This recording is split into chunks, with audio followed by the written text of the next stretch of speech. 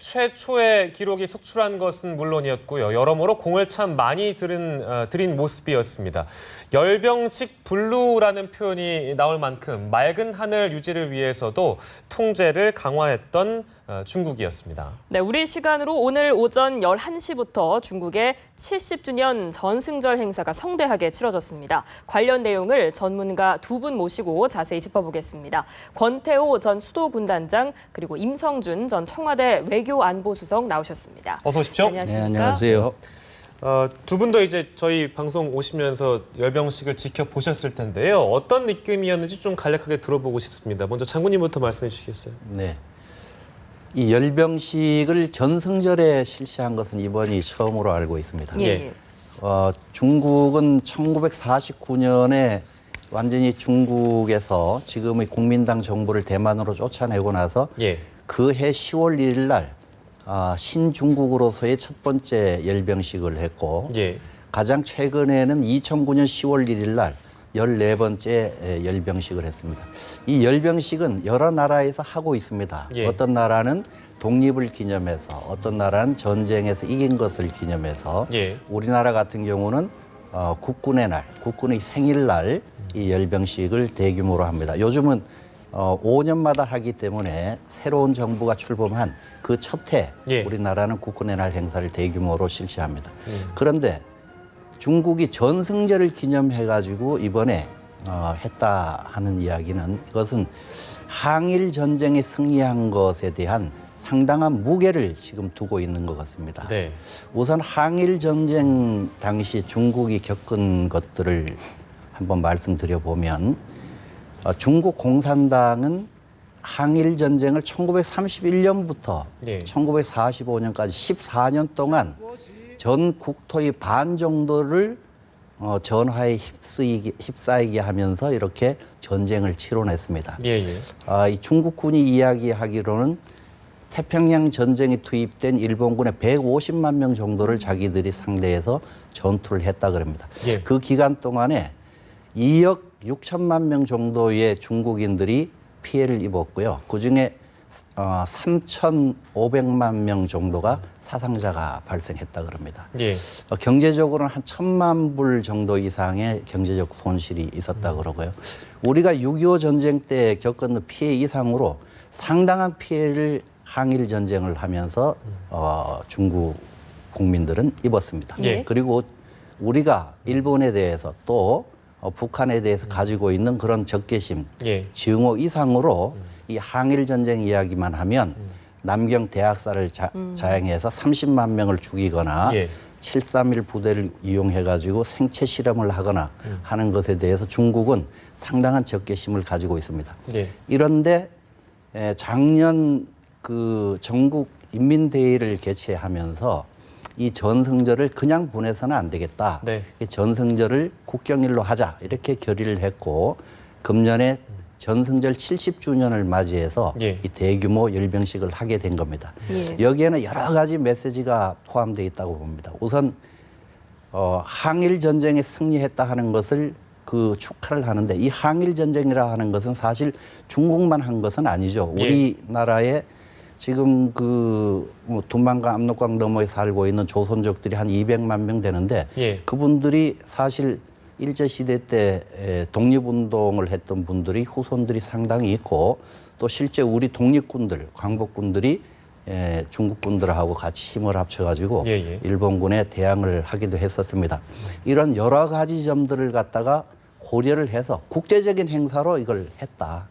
그리고 항일 전쟁에 승리하는 데 기여했던 그 노병들, 대만 쪽에 살고 있는 국민당 소속으로 항일 전쟁에 참전하셨던 분들까지 같이 이 자리에 부름으로 해서 대만과 중국이 다른 나라가 아니다. 하나의 목적을 향해서 나아가고 있다 하는 것을 갖다가 대내적으로 보이기도 하고 중국이 이제 호락호락하게 다른 나라의 침략을 갖다가 당하지 않을 것이다 하는 대내적 자신감도 보이고 국제적으로는 또 그렇지만 우리는 군사력도 줄여가면서 지역 내 안보에 세계 평화에 기여하겠다 하는 메시지를 담아가지고 이렇게 세계 최대 또 최초 여러 가지 수식어가 붙는 아주 화려한 열병식을 준비한 것으로 그렇게 알고 있습니다. 네, 임성주 수석께서는 어떻게 보셨습니까? 네, 뭐 저도 잠시 TV 화면을 통해서 그 진행 상황을 보았습니다만은 네. 역시 중국이 지금까지 이 경제적으로 이제 고도 성장을 통해서 국력을 신장시켜 왔고, 예. 그래서 이제 최근에는 G2라는 그런 수식어가 따르는 데까지 지금 이르렀는데, 네. 그러니까 중국의 어떤 국력과 위상을 전 세계에 한번 이렇게 과시하겠다는 뭐 그런 차원에서 이번 그 행사를 한 것 같은데, 저는 그 외교적인 측면에서 한 가지 조금 아쉬운 것은 예. 이게 전 세계인의 하나의 뭐 그 축제랄까 그렇게 되지는 못하고 예. 역시 그 중국만의 또 중국과 가까운 관계에 있는 나라들 정상들 대표단이 참석을 했습니다마는 그런 뭐 차원이 조금은 아쉽게 생각을 하고요. 예. 그러나 뭐 행사 자체 또 우리 박근혜 대통령에 대한 뭐 예우와 의전 이런 거는 최고의 수준으로 잘 된 것 같습니다. 예. 언급을 하신 것처럼 이번 행사에 뭐 미국의 동맹국들은 우리나라를 제외하고 참석하지 않았는데 어쨌든 박근혜 대통령은 오늘 전승절에 참석을 해서 열병식도 관람을 했습니다. 자리 배치가 일찍부터 관심을 모았었는데 오늘 결과로 나온 걸 보니까 시 주석 옆에는 러시아 푸틴 대통령이 자리를 했고 그 옆자리가 박근혜 대통령 자리였거든요. 이건 어떤 의미로 해석할 수 있습니까? 아주 어제부터 예. 이제 초미의 관심사였는데요. 보통 이번 이런 행사는 이 타자 정상들이 모이는 그러한 그 모임이죠. 그러니까 예. 정상 회의는 아니지만은 그럴 경우에 이제 국제적으로 통용되는 의전 서열이라는 게 있습니다. 예. 대개는 그 대통령의 이제 그 임기를 얼마나 했느냐, 오래 했느냐에 예. 따라서 이제 우선적으로 서열이 위로 가고요.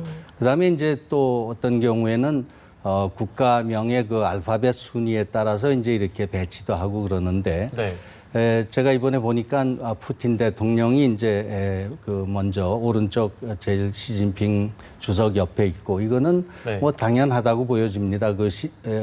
푸틴 대통령이 우리 박근혜 대통령보다는 대통령 재임 기간이 우선 깁니다. 예. 그리고 지금 중국과 러시아 간의 관계는 좀 특수한 그러한 그 우호, 예. 전략적인 협력 관계로 지금 돼 있지 않습니까? 예. 지난번 러시아에서 한 70주년 전승기념일 퍼레이드에 시진핑 주석도 참석을 했고요. 네. 뭐 이런 면을 고려할 때 푸틴 대통령이 이제 우선적으로 고려가 된 것 같고 두 번째 우리 박 대통령을 특별히 예우했다는 그 하나의 면모는 예. 그 박 대통령 옆에 잘 보시면은 예. 카자흐스탄의 예. 나자르바예프 대통령이 이제 예. 그 배치가 됐는데 예, 예. 이분은 대통령을 한 20년 이상 하신 분입니다. 예, 예. 그래서 그 서열에만 뭐 의존한다면 우리 박근혜 대통령보다 앞으로 가야 예. 되는데 예. 그분을 뒤로 앉히고 우리 이 대통령을 이제 배치를 한 거 보면은 특별하게 우리 박근혜 대통령을 이제 대접했다 이런 생각이 듭니다. 예. 그러면 혹시 오늘은 제가 이제 저도 열병식 화면을 쭉 봤는데요. 이 북한의 최룡해 비서는 과연 어디 있을까? 네. 이렇게 봤는데 뭐 제가 놓친지는 모르겠습니다만 잘 보지를 못했어요. 아무튼 저기 오른쪽 끝에 배치가 돼서 네. 있었다고 하는데 그 부분은 어떻게 보시는지요? 달라진 북중 관계를 보여준 어떤 그런 그림이었을까요? 저는 뭐 꼭 그렇게만 생각은 안 하고요. 예. 최용의 뭐 지금 그 당에 예. 뭐 노동당 이제 비서로 있죠. 비서로 이제 자격으로 갔는데 예. 과연 김정은의 특사 자격으로 갔느냐, 예, 예. 혹은 북한의 그 대표단의 이제 단장으로 갔느냐, 예. 뭐 이런 거가 고려가 돼야 되겠습니다만은 우선 국가 정상이나 또 뭐 총리급도 아니기 때문에 예. 그 의전 서열만으로 따지면은 뭐 후순위로 갈 수밖에 없는 것이고 예. 뭐 혹시 그 뒷자리에 앉는 거 아니냐 했는데 그래도 앞자리에 끝에 예. 배치를 한 거 보면은 뭐 북한에 대해서도 어느 정도 배려는 한 거 아닌가 그런 생각이 듭니다. 저희가 그 자리 배치에 대해서 살펴봤고요. 예. 사실 전승절 행사의 하이라이트는 열병식이다라고 해도 과언이 아닌데 중국 전승절 관련해서는 군사 굴기라는 표현이 많이 언급되고 있습니다. 그러니까 군사적 측면으로 우뚝 일어선다는 뜻인데 이번 행사를 계기로 중국이 군사 굴기의 계기를 삼았다 이렇게 평가할 수 있겠죠. 네, 군사 굴기가 된 것을 보여줬다 이렇게 판단하셔야 될 겁니다. 예, 예. 아무래도 어느 나라든지 간에 그런 그 대규모 열병식이 있을 때는 최신 무기들을 많이 공개를 하고 훈련되어 있는 장병들의 모습을 갖다 대내외적으로 과시하려고 많이 노력을 합니다. 그러다 보면 중국도 이번 행사에서 그런 데 포커스를 맞췄을 것이고 예. 여전히 세계에서 주목하듯이 최신 장비가 과연 어디까지 나올 것인가 예, 예. 하는 것을 이렇게 보여줬는데 그런 기대에 조금 미흡한 것은 있을지 몰라도 예. 아무래도 전략 무기라 하는 것은 다 노출시킬 수가 없기 그렇겠죠. 때문에 예. 그리고 시 주석이 이야기했듯이 자기들은 군사 대국화되는 것을 경계한다. 예. 그리고 궁극주의를 반대한다. 그 세계 평화와 발전에 기여하는 군으로 가겠다 하면서 30만 명을 뭐 감축하겠다는 예. 이야기까지도 했던 것을 봤을 때 예. 구태여 전략 무기 최신의 장비를 갖다가 다 보이면서까지 군사 굴기를 우리는 완성했다라고 이렇게 할 필요는 없었을 것으로 봅니다. 지금 보여준 예. 오늘 보여준 최대 규모 또 최신식 그리고 여러 가지 의미를 담는 숫자로도 뭐 지금 풀이가 다양한데 예. 그러한 그 곳곳에 의미를 붙여갖고 하는 행사 그것만으로도 예. 충분히 G2로서의 군사 대국이 이미 되었다 하는 것을 과시했다 이렇게. 그러니까 신무기들을 많이 공개하기는 했지만 뭐 차세대 ICBM, 둥펑 41 같은 어떻게 보면 핵심적인 전략은 노출시키지 않았다. 이 부분을 좀 평가를 해주신 것 같고요. 예.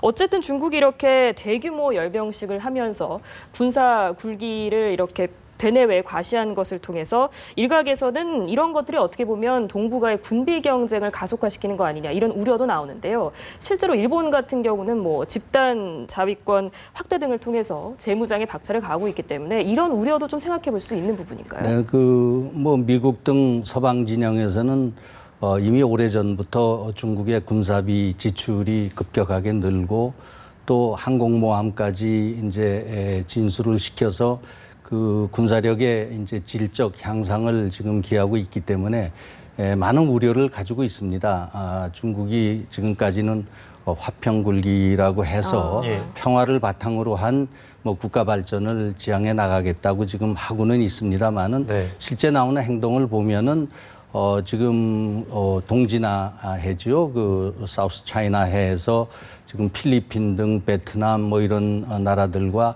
이 섬을 가지고 예, 예. 거기에 지금 중국은 그것을 확장해서 중국의 영토의 일부로 해가지고 거기에 군사력을 배치한다든지 하는 그 영토 분쟁을 뭐 상당히 지금 일으키고 있기 때문에 예. 이런 것이 이 주변 국가에 이제 그 상당한 위협이 되고 또 중국이 의도하든지 하지 않든지 간에 그러한 중국에 대한 뭐 좀 뭐 위협적인 그런 모습을 인근 국가들은 느끼고 있기 때문에 예. 앞으로 그런 문제는 상당히 논란이 될 것으로 보입니다. 화평굴기라는 말씀을 해주셨는데요.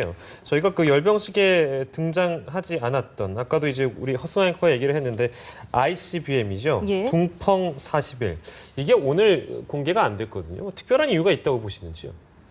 네, 아까도 말씀드렸지만 이제 이 동풍 41이라고 불리는 이 미사일은 그 핵탄두를 장착하고 대륙간 탄도탄으로 사용되는 네. 그런 미사일이고 사거리가 한 1만 5천 킬로미터. 1만 5천 킬로미터 그러면 지구 둘레를 4만 킬로미터로 봤을 때 뭐 어지간한 데는 다 이렇게 타격할 수 있는 그런 미사일입니다. 네. 이 정도 장거리를 사격할 수 있는 그런 미사일은 사실 그 탄두로 고폭탄, TNT 같은 컴포지션 같은 것을 장착해가지고 쏘는 것은 예. 경제적인 효과 면에서 상당히 그것은 안 맞습니다. 예. 그래서 상당한 파괴력을 낼 수 있는 핵탄두를 당연히 예. 사용하는 그런 미사일로 그렇게 판단이 되는 건데요. 이것이 핵탄두 10발까지 장착해가지고 이렇게 발사할 수 있는 것이기 때문에 네. 미국이 가지고 있는 미사일 방어 체제, 방공 미사일 방어 체제를 뚫을 수도 있다.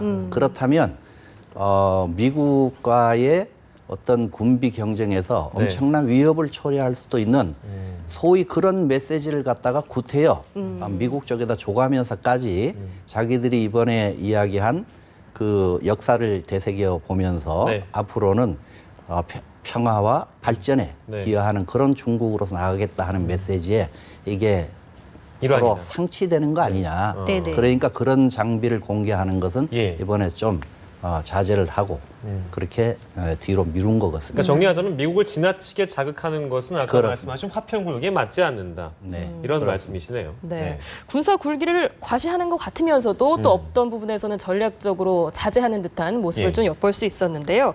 오늘 그 열병식의 규모를 좀 다시 한번 짚어보자면 군병력만 12,000여 명이 동원이 됐고요. 500여 대 무기 장비 그리고 200여 대 군용기가 총 동원이 됐습니다. 그만큼 좀 훈련하는 과정에 있어서도 여러 가지 노력이 있었을 것으로 예상이 되는데 장군님께서는 과거에 수도 군단장을 지내시면서 2013년이었죠. 건국 65주년 국군의 날 그 제병 지휘관으로서 행사를 성공적으로 치르셨는데 한국과 중국군의 어떤 제식 훈련의 차이점도 좀 잘 아실 것 같습니다. 어떤가요? 네, 제식 동작이라고 하는 것은 이렇게 보시면 되겠습니다. 그 군인들이 예. 내적으로 어느 정도의 군인 정신이 이렇게 차 있느냐, 네. 정말 군인 정신이 확실하게 들어있는 군인이냐 아니냐 하는 것을 외적으로 나타내는 것이 예. 제식 동작이다. 예. 그래서 우리가 경례 동작 하나 하는 것도 네. 그런 데 의미를 담아가지고 어설프게 경례를 한다든가 제식 예. 동작을 취해서는 안 된다 이렇게 훈련들을 하고 있습니다. 중국 같은 경우는 이 중국군이 과거에 구소련으로부터 여러 가지 훈련 체제를 도입했기 때문에 네. 어차피 공산주의적 색채를 가지고 있는 나라들의 그 제식 동작은 거의 유사합니다. 손을 뻗는 동작이나 발을 앞으로 차듯이 쫙쫙 뻗어나가는 동작이라든지 네. 우로바 할 때 턱을 딱 위로 치켜들면서 예. 그 마치 그 좀 얕잡아 보는 듯한 예, 예. 표정을 짓는 거라든지 그리고 분열을 할 때 보면 네. 어깨가 맞닿을 정도로 밀집대형으로 예. 붙어서 간다든지 하는 것들이 네. 그런 공산주의 체제 국가들이 공통적으로 사용하는 그런 모습입니다. 그래요. 이게 우리나라는 그런 식으로 하지 않고 분열을 할 때 보면 예. 한 팔 간격 이상으로 뛰어가지고 예. 충분히 넓힌 가운데 그렇게 행진을 하고 예. 팔 동작도 앞으로 쭉쭉 뻗으면서 예, 예. 아주 물론 옆으로 중국 군들이 흔들듯이 네. 가슴까지 팍팍 올리는 것도 씩씩하고 절도 있어 보이지만 예. 우리는 앞으로 올리는 것으로 그렇게 한다든지 예. 총을 파지하는 방법도 다르고 경례하는 동작도 다르고 각국마다 조금씩의 차이가 있습니다. 동작의 차이, 뭐 어떤 그런 간격의 차이 이런 것도 있습니다만 오늘 보니까요 단어 하나만 좀 저희가 정리를 해보면 뭐 시청자들의 이해를 돕기 위해서니까요 사열과 분열의 차이는 어떤 겁니까, 장군님?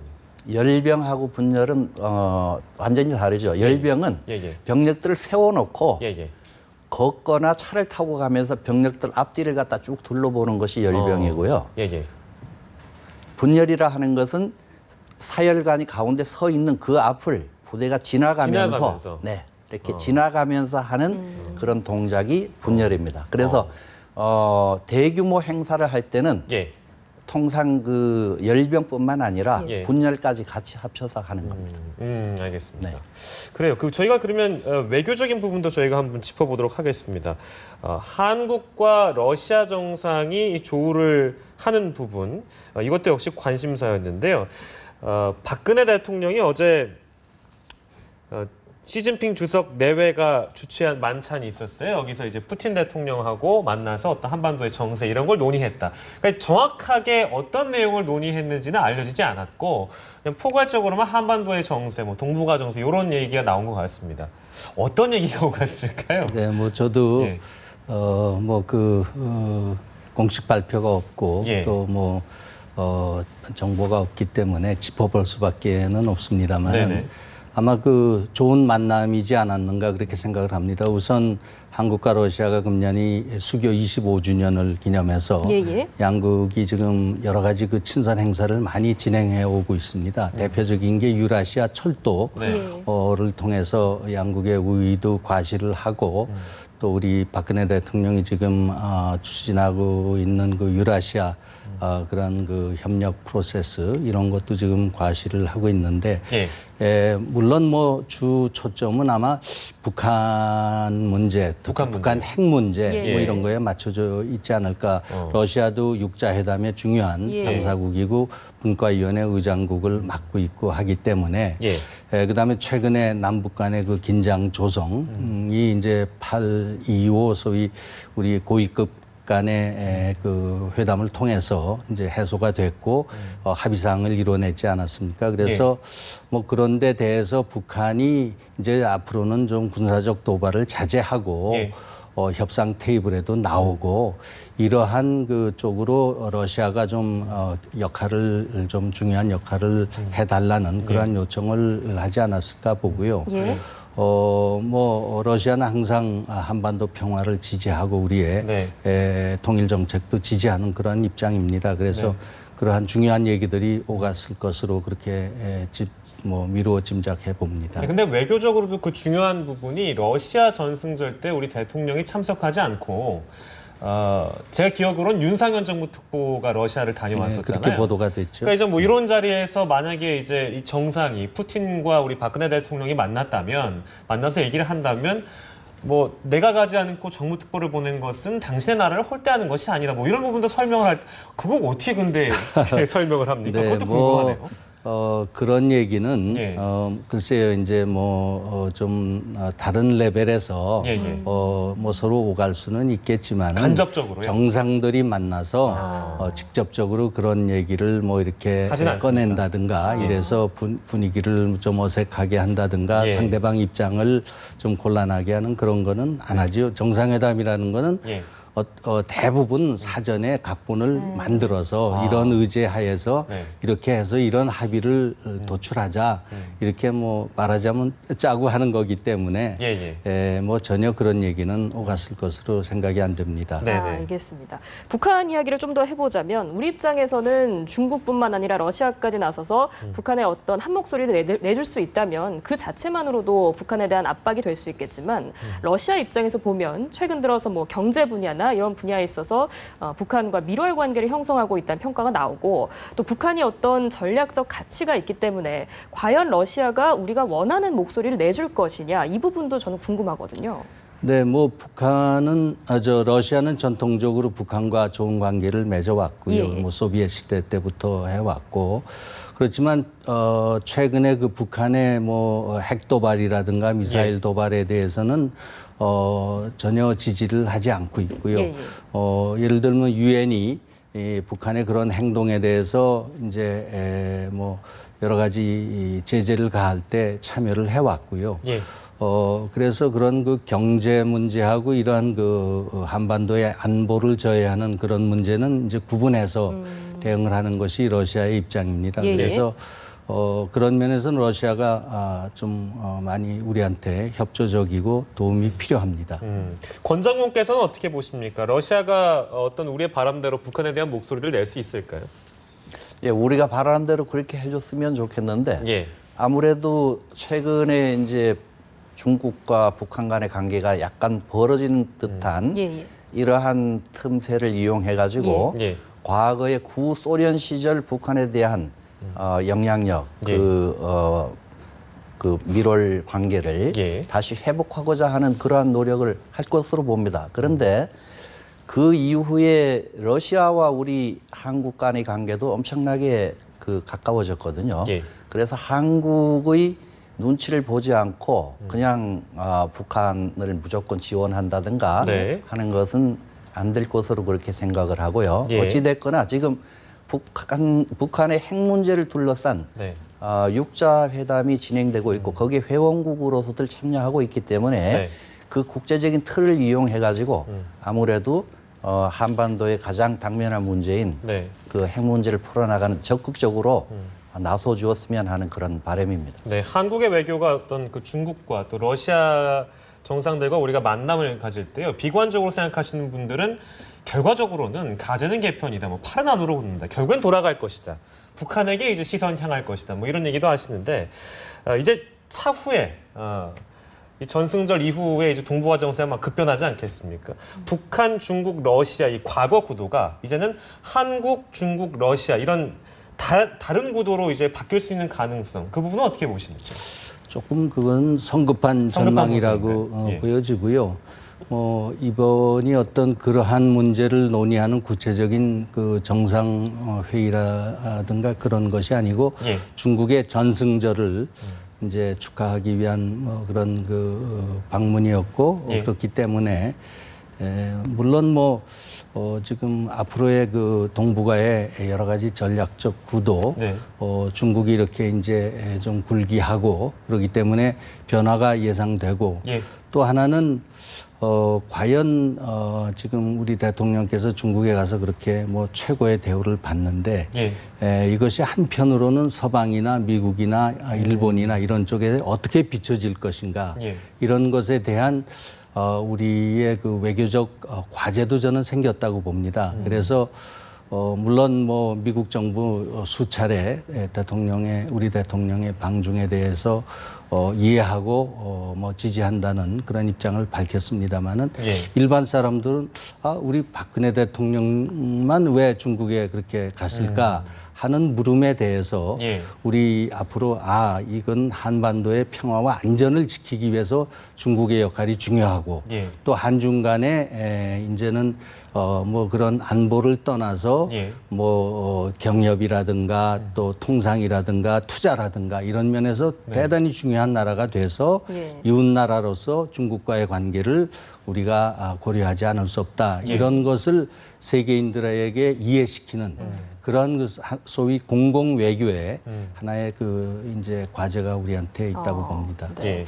오늘 두 분과 함께 열병식 내용을 분석해봤는데요. 마지막으로 언급해주신 것처럼 이번을 계기로 우리나라도 굉장히 중요한 외교적 시험대에 오르는 시점이다 이런 생각이 듭니다. 오늘 말씀 여기까지 듣겠습니다. 지금까지 권태호 전 수도군단장 그리고 임성준 전 청와대 외교안보수석이었습니다. 두 분 고맙습니다. 고맙습니다. 네, 수고하셨습니다.